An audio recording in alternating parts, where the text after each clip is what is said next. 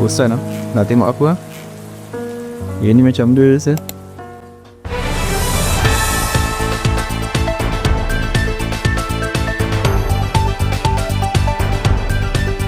Assalamualaikum dan selamat sejahtera. Pemalsuan dokumen cuti.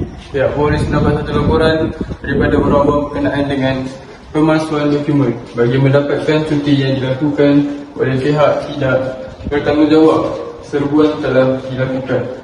Mari kita saksikan. Oi, mana?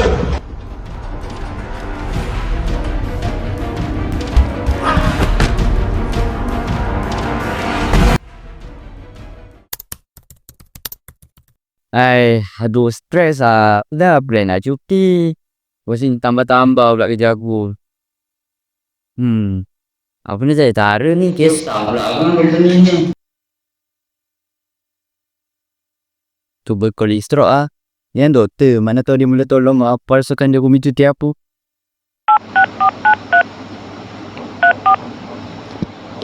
Hello Isra. Hello, Kau boleh tolong aku tak? tolong apa? Aku nak tipu surat cuti aku tak? Boleh tak? Mana boleh? Kalau tak apa kita-kita je. Boleh lah, tapi kau hutang aku satu tau. Okay nice. Nanti kita jumpa kat tempat biasa. Okay.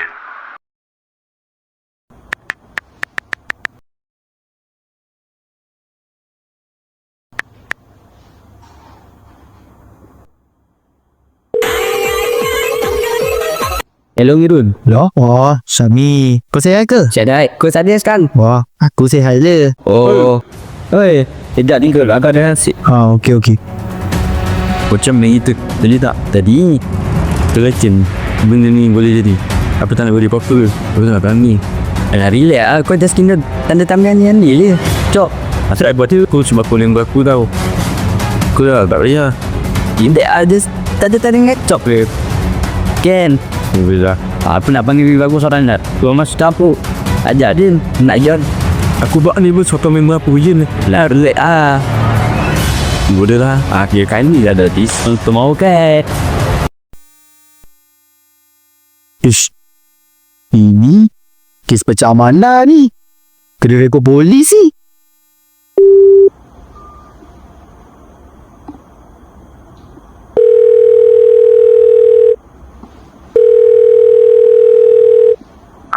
Hello Cik Is, Wiyet. Sada apa tu? saya nak buat aduan tentang pemalsuan dokumen. Okey cik. Bagi saya location, saya akan datang dengan keadaan segera. Okey. Nanti saya bagi location, kita jumpa kat sana. Okey, baik.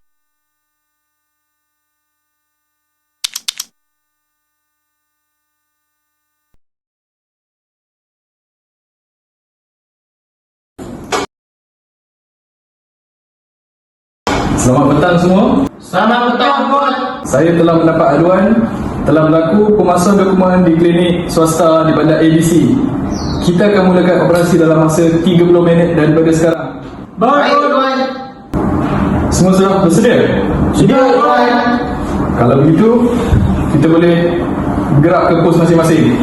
Baik, Tuan.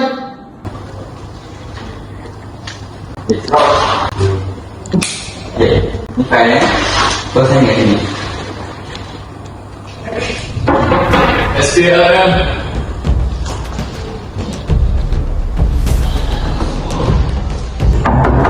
SPRM.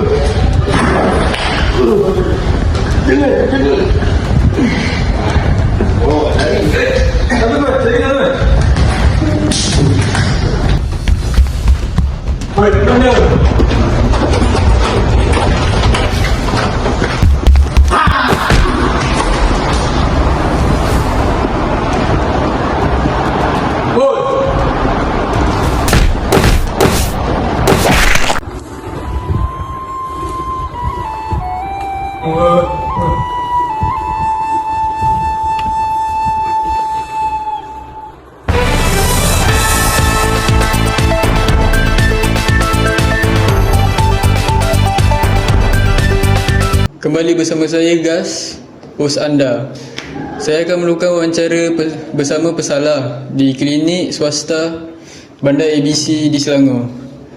Okey, Encik, kenapa Encik sebagai doktor bersetuju untuk bersubahat melakukan pemalsuan dokumen surat cuti ini? Pertama kali sebab dia kenalan saya lah. Saya kenal dia dah lama, dari sekolah menengah lagi. Lepas tu dia hari tu dia minta tolong dengan saya. Jadi saya pun macam kesian kat dia, jadi saya tolong lah. Lagi satu, dia ada ugut saya hari tu.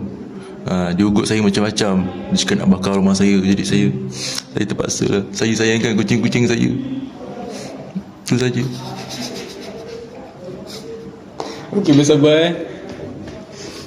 Okey, korang janganlah mencontohi perilaku seperti ini, okey? Kali ini saya akan wawancara Ketua Pengawal SPRM Encik Iskandar. Baiklah Encik Iskandar, apa yang telah berlaku dan punca yang telah berlaku ni? Kalau kita lihat kat sini, ada doktor memasukkan dokumen bersama diminta oleh kawan dia. Berdasarkan siasatan kami, saya dapati yang doktor tersebut telah memasukkan dokumen kawan dia. Merupakan antara punca-punca dia disebabkan doktor tersebut merasakan adanya peluang dan ruang untuk berbuat demikian. Yang keduanya, ia berpunca daripada kecaman dan ugutan serta ugutan sampingan yang dilakukan oleh kawan dia, menyebabkan dia terpaksa memberikan satu tekanan kepada dia untuk menurunkan tanda tangan tersebut untuk sijil palsu tersebut. Dan tiganya, kita lihat dekat sini, puncanya adalah doktor tersebut merasakan ia adalah satu merasionalisasikan benda itu adalah satu perkara yang normal dan dianggap biasa dan tidak serius. Okey, baik. Okey, apa kesannya terhadap masyarakat? Kesannya, kalau perkara ini diteruskan dan berlaku juga, dia akan memberikan satu pandangan daripada masyarakat bahawa masyarakat menganggap perkara ini adalah perkara yang teruk, yang dikeji, dan hilang kepercayaan masyarakat terhadap institusi klinik sebagai contoh, kerana mereka menganggap perkara ini boleh dibeli. Mereka juga menganggap mereka menganggap bahawasanya MC tersebut boleh dibeli. Keduanya, kita lihat kat sini, kesan-kesan dia akan menyebabkan jika berlakunya MC tersebut, permasuan tu, syarikat-syarikat contohnya seperti syarikat insurans akan mengakibatkan kerugian kepada mereka. Dan jika pekerja tersebut rakan kepada doktor tu bekerja di sebuah syarikat, majikan tersebut akan mendapat kerugian akibat daripada MC yang berlarutan dan palsu tersebut. Okey, baik. Apa jalan penyelesaian untuk kes ini, Tuan? Bagi saya, kita untuk menyelesaikan perkara ini, kita perlu klinik tersebut ataupun mana-mana agensi, klinik, swasta, apa-apa jabatan, untuk mengelakkan pemalsuan dokumen ini, perlu ada satu standard operasi untuk memastikan dokumen-dokumen tersebut sah keluar. Perlu ada satu standard SOP, standard operasi prosedur yang lebih cekap dan canggih. Mungkin boleh melibatkan teknologi yang sedia ada yang pada hari ini. Yang keduanya, saya ingat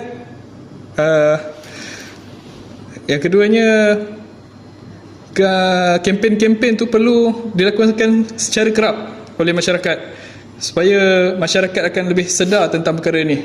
Kempen tersebut perlulah dilakukan daripada kalangan jabatan kerajaan, khususnya kepada syarikat klinik-klinik seperti contoh yang kita lihat sebentar tadi. Yang ketiganya, bagi saya, tindakan-tindakan tegas perlu diambil supaya masyarakat tahu betapanya jika melakukan pemalsuan dokumen tersebut, mereka akan dikenakan tindakan yang lebih tegas berdasarkan akta-akta yang sedia ada. Itu akan menyebabkan mereka lebih takut untuk melakukan pemalsuan dokumen seperti yang dilakukan sebentar tadi oleh doktor tersebut yang kita lihat hari ini. Okey, baik. Terima kasih, Tuan. Sama-sama.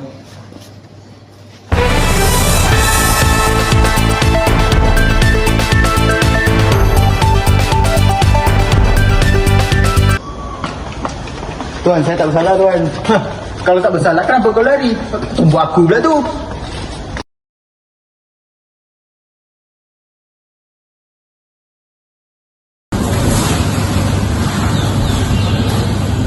Berdasarkan laporan yang telah diterima, tertuduh telah didakwa melakukan pemalsuan dokumen di klinik Banting pada 29 April 2025. Adakah saksi membenarkan dakwaan ini? Ya, kerana saya mendengar perbualan mereka di telefon bimbit. Dengan ini, mahkamah tertuduh didapati bersalah dan mahkamah akan menjatuhkan hukuman penjara 5 tahun dan denda sebanyak RM5,000.